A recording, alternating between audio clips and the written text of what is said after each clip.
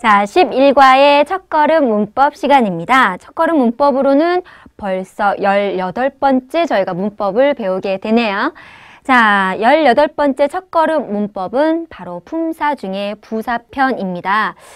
중국어에서는요, 우리가 주어, 동사 또는 전치사 내용도 배웠고, 그리고 동작의 형태 또한 배워봤는데요. 동작의 형태의 변화 자체가 그렇게 크지는 않아요. 많지는 않기 때문에 그걸 좀 바꿔주고 수식을 해주는 무엇? 바로 이 부사가 아주 중요한 역할을 하는데요.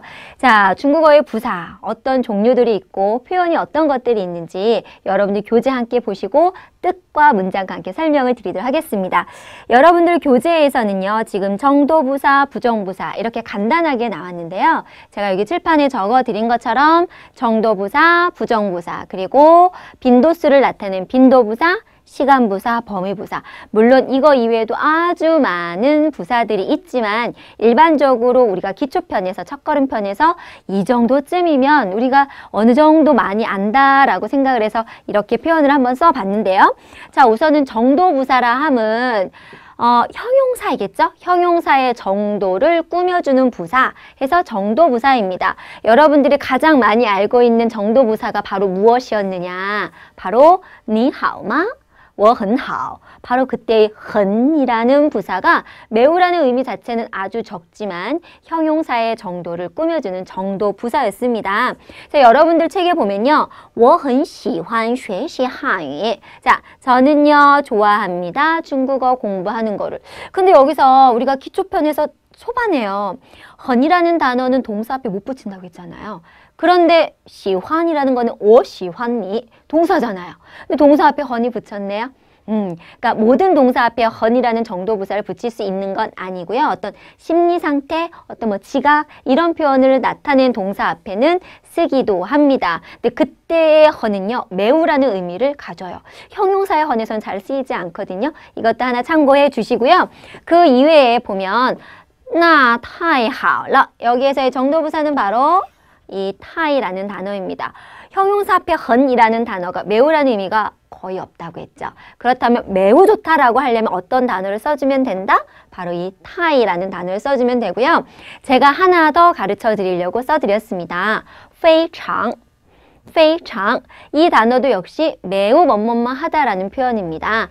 그래서 太好了라고 하셔도 되고요. 非常好라고 표현을 하셔도 됩니다. 자, 두 번째. 부정형으로 만들어주는 우리 뿌 혹은 메이도 있었죠. 알고 보니까 걔네들도 부사였었어요. 부정형으로 만들어주는 부사다라고 해서 이름도 부정부사라고 합니다. 말씀드렸듯이 대표적인 부정부사는 뿌와 그리고 메이가 있습니다. 여러분들 교재에도 있는 예문이니까요. 교재 함께 보시고 칠판에 있는 내용을 함께 보면서 설명드릴게요. 我不认识他. 저는 그를 认识 알다라는 단어인데 모릅니다 라는 표현이 되겠죠?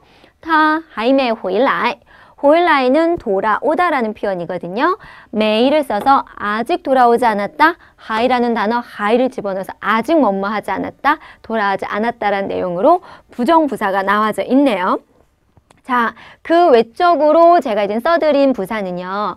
빈도부사, 시간부사, 범위부사 이렇게 한번 나눠봤는데요. 빈도, 말 그대로 얼마나 동작이 빈도를 했느냐, 자주 했느냐, 가끔 했느냐 이런 걸 나타내는 부사가 바로 빈도부사라고 할 수가 있는데요. 바로 자주라는 의미를 갖고 있는 부사, 常常.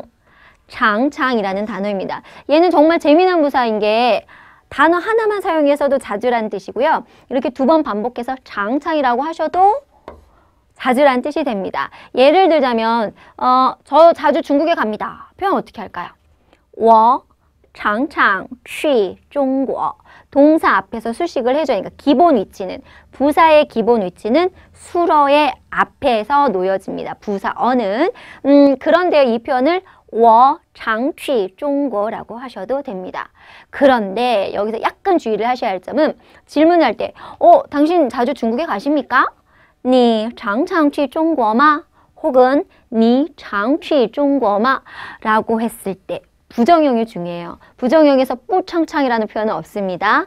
不常去 중국어라고 해야지 不常常去 이런 표현 없다라는 것도 하나 기억해 놓으시고 자, 요와 짜이라는 건 우리 패턴회화에서 구분해 드렸죠? 이것도 역시 빈도를 나타내는 부사이고요. 자, 시간을 나타내는 부사도 역시 저희가 패턴회화에서 나왔던 내용인데 이런 분류를 좀 하기 위해서 제가 다시 적어놨습니다. 이징, 정징 바로 두 개 다 무슨 뜻이었죠? 그쵸? 이미, 벌써라는 의미였고요. 여기에다 하나 더 써드리자면 就, 马上 자, 就나 마상은 곧, 즉시라는 표현입니다. 곧 옵니다. 他马上来 근데 就马上은요 그냥 같이 연이어서 쓰셔도 돼요. 他就马上来 혹은 他马上就来 이렇게 하셔도 됩니다. 따로따로 쓰셔도 되고요. 뜻은 거의 비슷해요. 곧, 즉시라는 의미를 갖고 있습니다. 자, 마지막으로 제가 소개해드릴 부사는 범위를 좀 수식을 해주는, 한정시켜주는 부사라 해서 범위 부사인데요. 모두 이렇게 범위를 나타내요. 그래서 또라는 단어. 우리 예전에 이런 것도 배웠죠? 니먼 또 하오마? 너희들 모두 다 잘 지내? 我们都很好. 근데 우리도 역시 모두 잘 지내. 그래서 기초 이 어순이 예 또 헌 꼭 기억해라. 어떻게 했죠? 我们也都很好. 이렇게 쓰여진다는 것도 제가 설명을 드렸죠. 자, 그리고 이 지라는 단어는 함께라는 부사입니다. 함께 갑니다. 부사는 항상 수러에 기본적으로 앞에 위치를 하니까 이치 취 함께 먹습니다. 이치 치 이렇게 되겠죠. 그쵸? 자, 그리고 이 단어는 제가 발음을 좀 위에다 써드릴까요? 只라는 단어입니다. 오로지, 단지라는 뜻입니다. 예를 들자면 생각하다가 우리 뭐였죠? 생각하다. 동사 想. 나 너를 생각해. 我想你. 그죠? 난 단지 너만 생각해. 이런 건 쏙쏙 귀에 잘 들어오죠. 我只想你. 이렇게 표현을 하시면 됩니다. 오로지, 단지라는 부사 하나 더 제가 말씀을 드렸으니까 꼭 기억을 해주세요. 자, 이렇게 해서 여러분들 교재 이외에 중국어에 기본적으로 좀 알아주셨으면 하는 부사를 좀 정리해봤습니다. 자, 부사 잘 우리가 정리를 했죠. 그러면 예문을 말씀을 드리면서도 기본적인 어순을 제가 말씀드렸습니다. 주어, 수러. 수러 중에서는 동사도 올 수 있고 형용사도 올 수 있겠죠. 자, 기본적으로 부사의 위치는 수러의 앞에서 꾸며준다 였죠. 그런데요, 부사의 종류마다 중국어 부사가 엄청나게 많기 때문에 중국어의 부사마다 좀 위치가 좀 달라질 수 있는데요. 기본적으로 지켜야 할 어순이 좀 여러분들 교재에 소개가 되어져 있습니다. 자, 첫 번째 규칙은 만약에 동사 중에 부사도 있지만 우리 전치사 문형 배웠었죠. 전치사의 구가 나오면 부사는 전치사의 앞에 놓여지게 됩니다. 예문으로 보면요. 我不跟你说话. 나는 당신과 말하지 않을 겁니다. 여기서는 지금 부정부사 나왔잖아요. 근데 건이라는 전치사가 나왔을 때는 그때의 부사는 어디 앞에? 전치사의 앞에 위치를 한다라는 규칙 하나 나와줬고요. 그리고 우리 연동문 기억나세요? 두 동작이 연이어서 이렇게 나오는 경우, 이런 경우에는 첫째 동사 앞에 이제 부사가 위치를 한다라는 또 규칙이 두 번째로 나와 있습니다. 자, 여러분들 교재 보시면요. 我没去北京看朋友. 저는 베이징으로 친구를 만나러 가지 않았다. 지금 보면요. 취라는 첫 번째 동사 나왔고요. 칸이라는 두 번째 동사 나왔습니다. 이때 부정부사는 어디에 위치를 한다? 첫 번째 동사에 위치를 한다. 그래서 메이라는 부정부사가 첫 번째 동사 취 앞에 놓여졌고요. 자, 두 번째 예문도 마찬가지예요. 我不让孩子吃糖. 자, 저는요 아이가 사탕을 먹지 못하게 했습니다.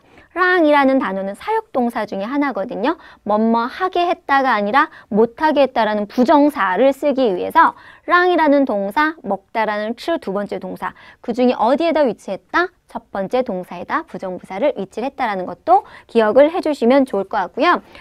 제가 아까요 그 부사를 정리할 때 마상, 주 했던 거 기억나세요? 곧, 즉시. 근데 곧, 즉시라는 말 자체는 시간적으로 그쵸, 빠름을 나타내죠. 이 찌오가 나오면 시간의 늦음을 좀 나타내주는 부사 하고 항상 비교를 하고 우리가 표현을 좀 익혀두셔야 하는데요.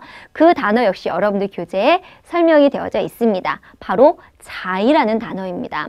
화자가 말함에 있어서 이 동작이 좀 빨리 일어난다, 좀 순조롭게 진행이 된다라고 하려면 동사의 앞에 찌오를 위치를 해주시면 되고요. 어떤 동작을 하는데 좀 원활하지 않고 시간적으로 좀 늦음을 나타내고 싶다면 동사의 앞에 자이를 붙여주시면 돼요. 여러분들 예문은 아예 시간을 놓고 표현을 해놨습니다.